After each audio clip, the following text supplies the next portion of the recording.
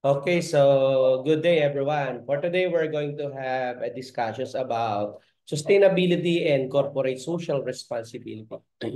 So sustainability and CSR in operations are two critical concepts that businesses are increasingly integrating into their strategies and practices. No? Sustainability refers to meeting the needs of the present without compromising the ability of future generations to meet their own needs. It encompasses environmental, social, and economic consideration, aiming to create long-term value while minimizing negative impacts on the environment and society. In the context of operation management, sustainability involves making decision and implementing practices that reduce resource consumption, minimize waste generation, and mitigate environmental impacts throughout the supply chain. And this include adapting sustainable sourcing practices, optimizing energy and water use, no? Reducing greenhouse gas emission, and implementing eco-friendly production process.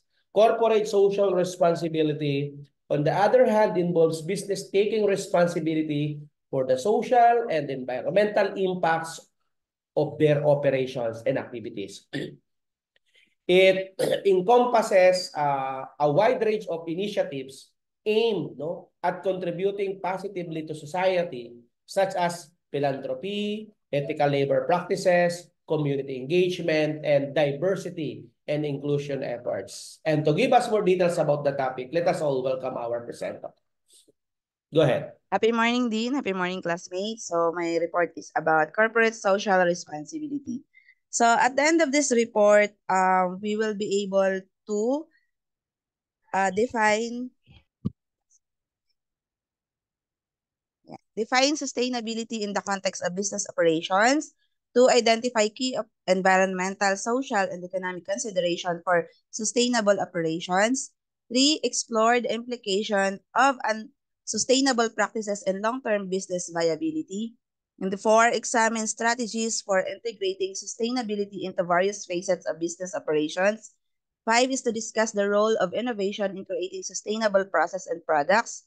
6, assess the benefits and challenges of adapting sustainable practices in operation. 7 is to define corporate social responsibility in context of supply chain management. 8 is to explore how CSR practices contribute to ethical and sustainable supply chain operation. And 9 is to discuss the impact of corporate social responsibility on brand reputation and stakeholders relationship. To begin with, syempre identify natin what is corporate social responsibility. So corporate social responsibility is a company's commitment to manage its business operation in a way that considers the social and environmental impact of its action. So dito, it involves acting ethically. So contributing to the well-being of communities and minimizing negative impacts on the environment. In simple term, it is about taking responsibility for their impact on society and working to make a positive difference. So at the end of the session, we will be able to answer a question of why company exists. So is it to earn the profit or to serve its purpose to its shareholders, employees, and customers? So, let's understand ano ba ang corporate social responsibility. So, corporate sustainability is an approach of conducting business that creates long-term shareholder, employee, consumer, and societal value by pursuing responsible environment, social, and economic system in which humans are part of. So, dito, kung makikita nyo po yung tatlong bilog, so sila po yung the triple bottom line three-piece. So, diyan pinapakita how interconnected po yung tatlo in managing the business. So si social, siya po yung people and the employees or the customers. So social sustainability emphasize the importance of addressing social disparities, promoting access to basic needs and services, supporting vulnerability population, and fostering community cohesion, and resilience. So dito is nagdi-deal siya sa community, education, equity, social resources, health, well-being, and quality of life. So yun po si social natin. For the environmental naman, focuses on preserving and protecting the natural environment, and its resources for present and future generations. It encompasses effort to reduce population, conserve biodiversity, mitigate climate change, and promote the sustainable use of natural resources such as water, land, air, and energy. So from the word environmental, syempre, dito is nakafocus na our company should be environment friendly. So ang kinikater nito is the whole planet po.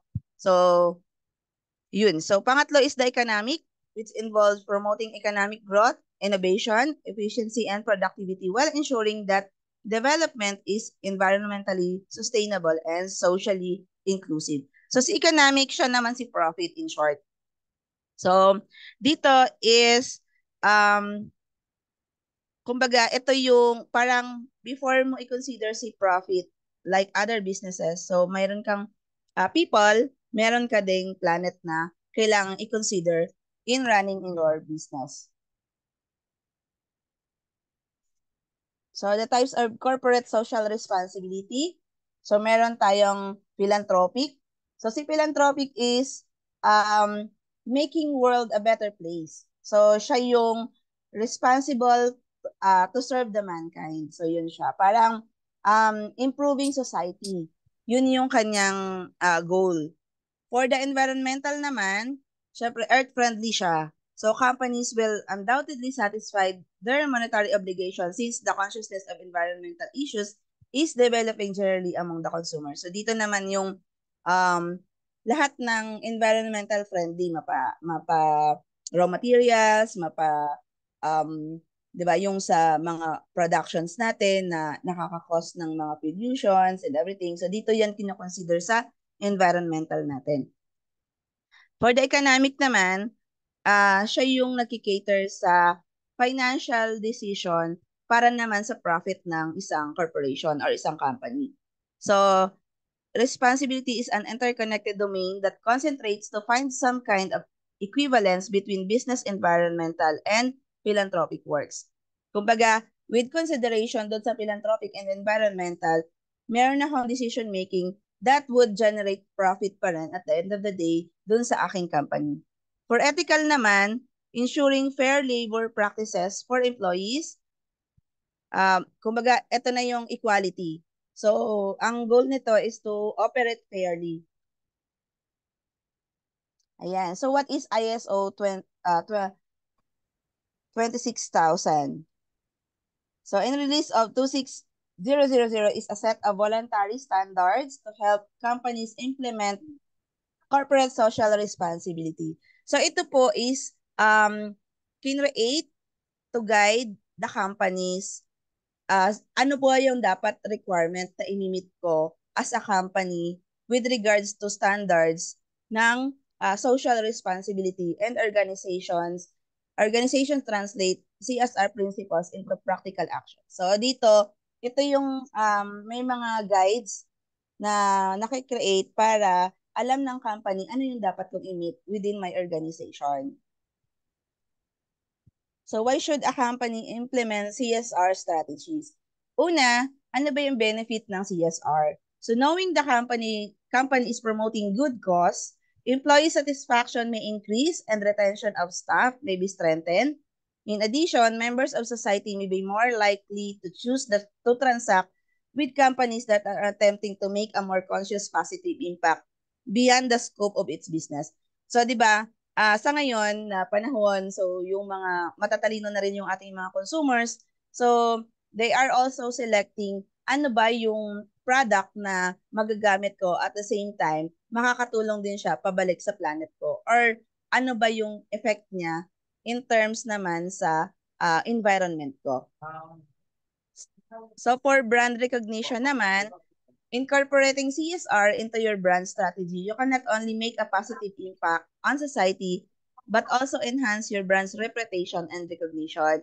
Kasi nga, yung mga consumers natin, syempre hindi lang naman yan tumitingin sa kung ano yung brand, kundi minsan kung ano yung kinikater. Like yung mga tubig, simpleng mineral water lang siya, and lahat yon ng competitor meron. Pero yung iba doon is merong mga logo na parang tutulong nila sa environment, or yung ganito mo is para siya sa certain entity na makakatulong sa greener environment natin. So, definitely, yun yung mga nagiging factor bakit yun ang pinipili ng mga consumer para bilhin. So, number 3 is the investor's relationship. Siyempre, companies that prioritize CSR are seen na more attractive to investment opportunities. Kung ang company kasi is maganda and merong maayos na corporate social responsibility na nakakatulong sa environment and compliance doon sa um, mga environmental rules natin. So, dito, syempre, mas pipiliin ng investor na maayos na yung company na kanyang i-invest bago pa man, kumbaga, yun yung mas ipa-priority niyang um, mag-invest siya. Kasi kumbaga, settled na siya pagdating sa mga social issues, environmental issues, and then sa economic issues niya. So, successful na siya. And then number 4 is the employee engagement. So, refers to the level of involvement, commitment, and participation of employees in the company's corporate social responsibility initiatives and activities. So, dito naman, syempre, kung nafe-feel as we as employee din also, 'di ba? Ma-relate naman natin yung sarili natin. If we feel na we are important to the company and the company caters our personal and go beyond dun sa pagiging contract natin as employee, syempre, ang employee is tatagal and magiging masaya. So, all employees naman is tatagal sa trabaho if nafe-feel nila na importante sila sa isang organization. So, risk mitigation, by proactively identifying and addressing risk and CSR initiatives such as discrimination, negligence towards natural resources, and unethical utilization of firm finances, companies can enhance their reputation and create long-term value for both their business and society. So, it's very important na alam natin kung ano yung mga risk para proactively nagawa na natin siya before pa man siya nangyayari sa company natin. So, risk is very important na nakikitaan na natin siya before pa man siya mangyari para in some way napiprevent na natin, or in the other hand is prepared tayo in case na siya ay mangyari. So, to sum up the benefits of CSR, so number 1 is winning new businesses. So, siya si investors natin. Enhance relationship with stakeholders. The stakeholders would be employees, customers, and investors natin. And kumbaga, lahat ng nasa community natin. Attracting, retaining, and maintaining a happy workplace for our employees. Media interest and good reputation para sa brands natin. Access the funding opportunities, syempre mas maraming investment, enhancing the influence in the industry, differentiating the company from its competitors, saving money on energy and operating costs, and increase in consumer retention. So makikita nyo dyan is, yung benefits niya, definitely walang profit. Pero if we are going to make it, kumbaga, the profit itself is nandyan na, susunod na siya without parang hindi na siya yung kailangan nating hanapin araw-araw. So, if we are implementing the good CSR, profit will follow. So, example of companies that are religiously, 'di ba, into corporate social responsibility. Si Starbucks, 'di ba, ngayon, ang pinopromote ni Starbucks, 'di ba? Kahit 24 hours kang nasa store ko, mafe-feel mo na parang at ease ka, hindi ka paalisin as long as 'di ba, nandoon ka bumili ng kape nila. So, parang extension of our workplace or extension of our house for relaxation. So, yun yung inaano niya, parang pinopromote niya na siya ay isang relaxation place para sa, or siya naman ay katulad sa atin, example, 'di ba, nawalan ka ng net sa bahay. So, punta ka ng Starbucks para maka-attend ka ng meeting kasi may free wifi. Diba? Yung mga ganong, ano siya. So, yung convenience, and then, parang yun yung naging responsibility niya sa environment niya and sa social, which is sa people and the community. So, for the Home Depot naman, invested more than 1 million hours per year in training to help frontline employees advance in their careers. Siyempre, 'di ba, every now and then nagbabago tayo ng process, nagbabago din tayo. Depende rin sa needs ng clients natin. So it is important that our employees are equipped with new knowledge and dapat nakakasabay sa trends para naman hindi rin tayo napag-iiwanan the way we assist, the way we process things, like example, the way lang ng processes ng tindahan. So it is very important na we also is very equipped with that advanced technology processes and kung paano siya ginagawa. So for the General Motors naman, won Sustainability Leadership Awards from the Business Intelligence Group. The automaker provides 60 million in grants to more in, sorry.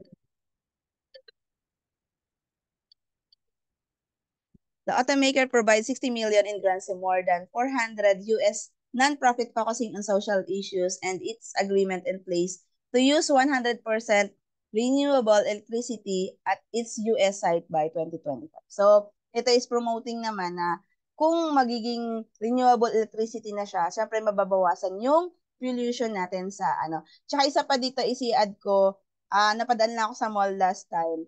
So, si Human Nature, every Sunday, parang I was in Ayala, Sunday, tapos nabasa ko, sarado siya. So parang ang nakalagay sa kanya is Sunday is our employees' family time to enjoy. So parang dito is sinacrifice niya since Sunday is, di ba, ang dami-daming tao sa mall. So ito yung time na makakapag benta sila ng madami. Pero for the sake of employees na makasama yung family nila on Sunday, sinacrifice niya yung kanyang profit para mabigyan niya ng um, priority yung mga employee na makastay sa mga family nila. So what is the role of corporate social responsibility in supply chain management? So ethics and sustainability are two factors affecting brand value around the globe, and corporate social responsibility is part of the equation. So according to Forbes, CSR and supply chains are closely linked. Siyempre magkasama sila. Supply chain leaders must understand the public concerns about the environment, health, and safety. As consumers have grown more accustomed to the impact of companies around the globe, demand for better integration of CSR and supply chains has come to the forefront. So si supply chain kasi natin, hindi lang siya sa customer's end. So kumbaga, ano yung deep saan siya nanggagaling, 'di ba? From raw materials to suppliers to manufacturing to distribution papunta sa retail location natin hanggang sa end user natin, which is the customer. So dito, ang goal ng CSR is reducing environment impacts to business operation, like 'di ba, example yung mga carbon footprints natin, minimize waste and reduce the use of non-renewable resources. So dito, actually ngayon sa mga establishment is, 'di ba, may implementation naman yung mga waste segregation. Tapos sa mga jeep naman is yung, 'di ba, yung smoke na nakaka-harm sa environment natin, yung pollution. And then yung iba naman is, 'di ba, gumagamit na tayo ng mga recyclable materials. Kung mapapansin nyo din sa mga supermarket, 'di ba, wala na tayo halos mga plastics, so napapalitan na siya ng mga paper bags natin. So the strategies for implementing CSR and responsible supply chain. Una, kailangan mo munang mag-conduct ng thorough assessment. So i-assess mo ano ba yung impact ng company mo pagdating sa implementation. So saan ka ba doon? Example, yung company mo, upon assessment, nakita mo, ang lakas na pala makaproduce ng waste. Diba? Ang dami mo palang basura. So from there, ano yung kailangan mong gawin? Tapos, pangalawa is to engage stakeholders. So, kailangan, hindi lang ikaw. kung yung goal mo, kailangan is i-train mo yung mga tao mo at same time, i-engage mo yung stakeholders like the community. I-communicate mo ano yung goal mo. Ano ba yung effort na ginagawa mo doon sa na-assess mo na problem ng um, company mo. So, communicate via, 'di ba, social media na ito yung greener environment program ko, ito yung kailangan kong gawin. Tapos, yun ay makakapag-build ng trust, na makakapag-strengthen ng relationship mo with the company, and syempre, makukuha nila yung commitment mo for a sustainable company. Diba? Number 3 is training of employees and awareness. Dito is, ano yung goal ko, na-communicate ko na yung goal ko, syempre mauuna dapat yung mga employees ko na magiging expert. So we have to train our employees sa awareness na kailangan natin, ito yung goal na kailangan i-achieve. And then, kailangan ma-develop yung code of conduct para alam nilang sundan, saan ba ako? Nandun pa ba ako sa tamang direksyon o ako ba ay naliligaw na? So, the code of conduct is very important. What are your expectations and what are the achievements na kailangan ng isang employee? So, number 4 is suppliers collaboration and transparency. Dito is, syempre, ikaw is gusto mo ng greener environment programs, yung mga waste reduction, ganyan. So, from your suppliers, you have to collaborate then. Ano ba yung process nila? Say, for example, nagsusupply ng raw materials. So, from, dati, plastic ginagamit niya as packaging niya. So, pwede na yun ngayon na baka pwede niyong aralin or collaborate na baka kaya naman ng paper para hindi parang less harmful to environment. And then you can also visit yung suppliers natin, yung company nila or yung production nila to also check ano ba yung meron sila versus sa meron yung company ko. So from there, you can also collaborate. Ano ba yung dapat nyong i-improve or ano ba yung dapat nyong gayahin. So number 6 is performance measurement and reporting. So dito, sa performance measurement, kailangan na may measure siya kasi kailangan nating i-improve. Baka may mga areas na kailangan palitan. 'Di ba? May mga changes, may mga bagong technology na dapat i-apply or merong i-reduce diyan. So importante na may measure ano ba talaga yung performance natin or gaano ba kadami yan. So para at least alam natin. So, and then for the procurement naman, so dapat meron tayong procurement process. Nag-build tayo ng procurement. Kasi sila yung sasala. Ano ba yung kailangan ng company ko which is environment friendly kaysa sa ino-offer ng iba na baka hindi yun align sa kung ano yung gusto mong mangyari or ano yung gusto mong goal ng CSR sa company mo. So, the role of CSR and responsible supply chain. So, sa customer, syempre ang product na kaya nilang gamitin and then magiging environmental friendly siya. Kumbaga, tapos sa employees naman, syempre promoting equal opportunities and diversity with the working place. Kumbaga, dito naman is equality lang. So, kailangan nakikita din natin na all our employees or nakaka-execute yung mga managers natin ng equality within the organization para yung retention ng mga employees natin is tatagal talaga. So, suppliers natin. So, for the suppliers, we can encourage them or urge them to use yung mga environment-friendly materials. So, para at least makakabawas din sila sa mga kalat natin or makaka-improve din siya sa mismong sa planet natin, 'di ba? Yung mga plastic materials and mababawasan yung mga tinatapon nating basura. For local communities naman, ito yung investing. Kumbaga si company, nag-i-invest siya sa local communities for training program, nag-i-encourage siya na ito is magbi-business sila na ganito, so locals, kumbaga tangkilikin natin yung sariling atin, yung mga ganon.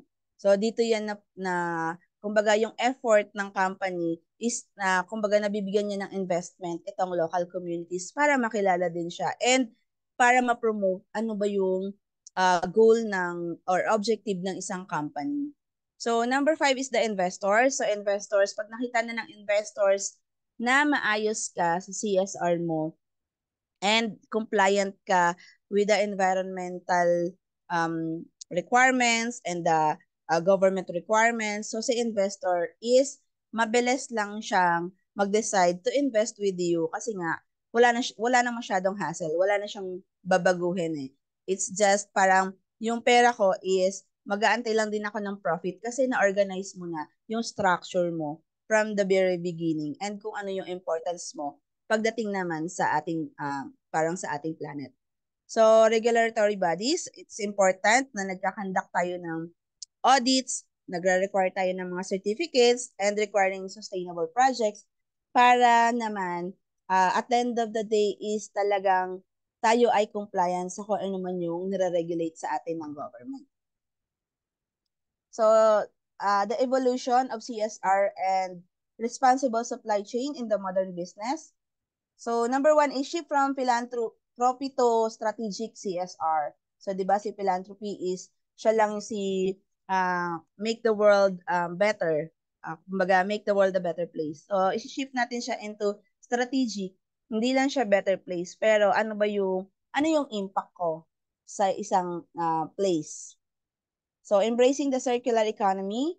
And then number 3 is supply chain transparency and traceability, integration of technology and collaboration and partnership. So dito kasi syempre, kung meron na tayong modern business, marami na rin integration dapat of new technology which can help naman sa atin para mas maging ease yung trabaho or yung production natin, hindi na siya mano-mano.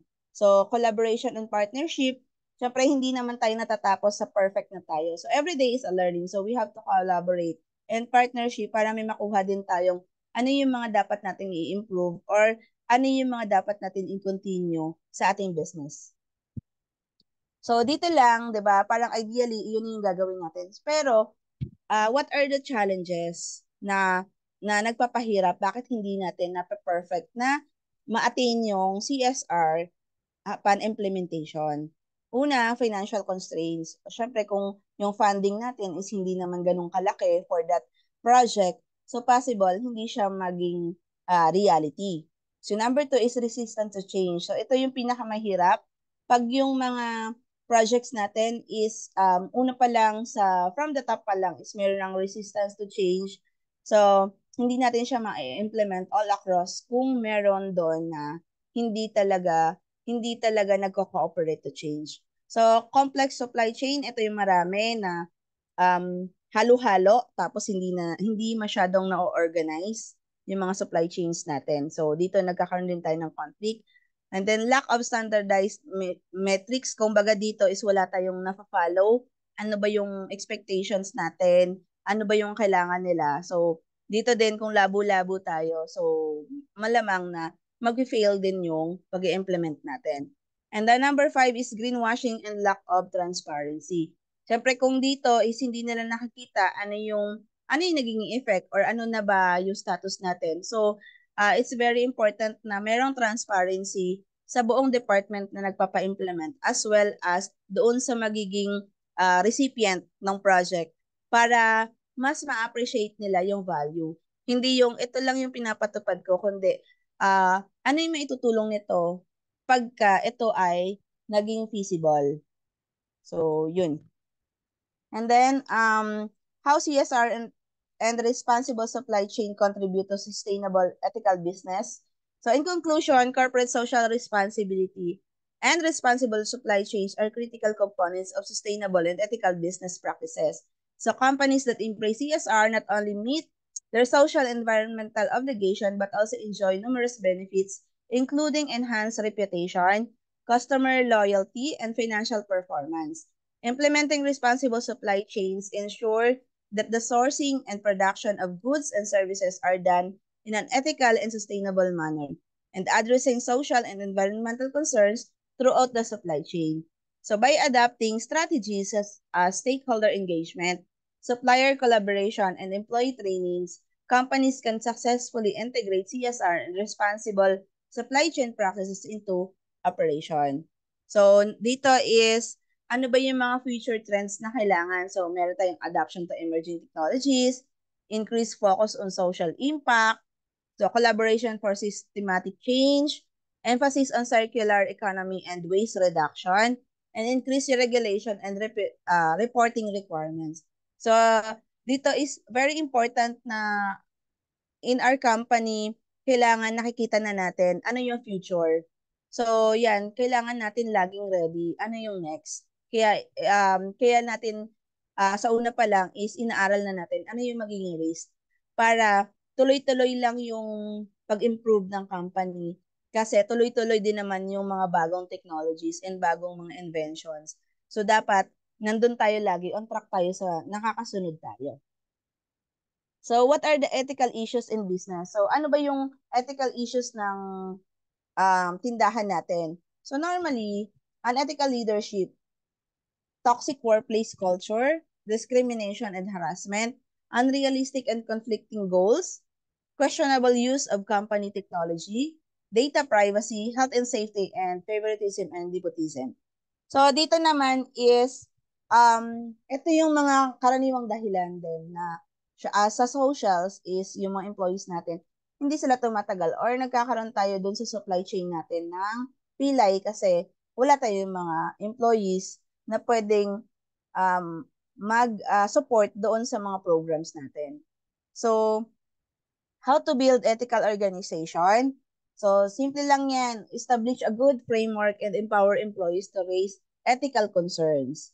So, di ba, ina-nurture natin sila on a regular basis. Huwag natin silang pabayaan na natin sila on the first day and then wala nang progress. So, kailangan merong nurturing talaga na process para nakikita natin and nabuboost natin yung potential ng employees. And then create a checklist for making decisions. So, hindi lang basta-basta tayo nagde-decide. So, kailangan marami tayong mga dapat i-consider before natin makuha yung best decision na kailangan natin sa company. And then publicize and reward good ethical behavior across your company. So, ito is very important din na we reward and nakikita kumbaga natin and ina-acknowledge natin yung mga good ethical behavior ng mga employees natin. And then encourage employees to do meaningful things. So ito yung beyond expectations. So if the employee naman is masaya sa organization and is being encouraged na gawin kung ano yung tingin niya is maganda for the business without syempre compromising dun sa goals and objectives ng company.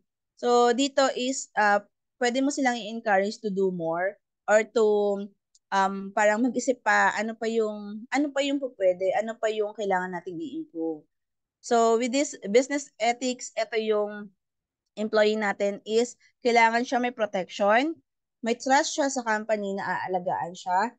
So decisions, maayos na decisions, behavior, dapat lahat is aligned with the behavior, relationship with the co-employees and the bosses dapat maganda, commitment ng company and commitment na employee para sa success ng business, integrity of each and everyone dun sa company, and of course, the honesty din ng bawat isa sa mismong company natin. So, the ethical issues in human resource management is normally with the employees is labor management relation, recruitment elections, compensation, mga rewards natin, training and development, promotion, transfer and separation, so communication, health and safety, and performance appraisal. So it's very important that we look into our employees kasi sila yung heart din ng business natin, di ba? So kung walang employee, mahihirapan din kahit gaano kaganda yung goal. Kung walang employee to support or walang maayos and ethical employees within the organization, hindi din siya magiging into reality or hindi rin magsasucceed ang isang business. Ayan lang po. Thank you.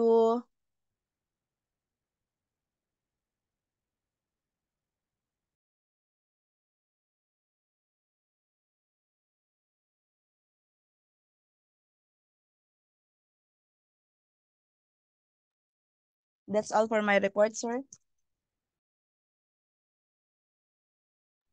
Okay. In operation, no, CSR involves, again, integrating ethical principles and social considerations into business practices, no, including supplier relationships, no, labor standards, and product development. And this may include ensuring fair labor practices in the supply chain, promoting employee health and safety, and supporting local communities through charitable initiatives or volunteer programs. Many businesses are recognizing the importance of sustainability and CSR in operations for several reasons. No? Our presenter stated a lot of things, no? And sharings. No?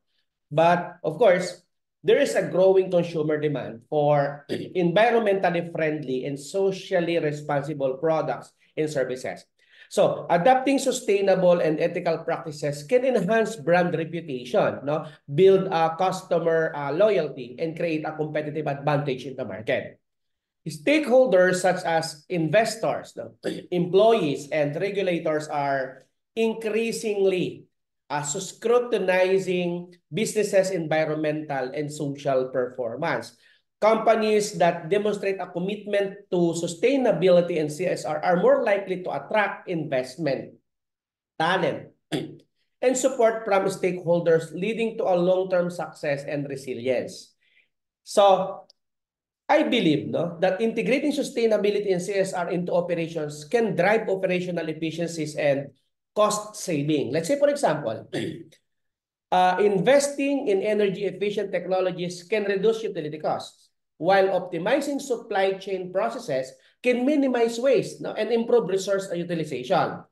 In addition to these benefits, no, businesses that prioritize sustainability and CSR in operations are better positioned to manage risk associated with climate change, resource scarcity, and social unrest. No? So, by proactively addressing these challenges, no, organization can enhance their resilience to external shocks and disruption. Sustainability and CSR, as our presenter mentioned in operations, are essential components of responsible business practices, contributing to environmental stewardships, no, social welfare, and long-term business success.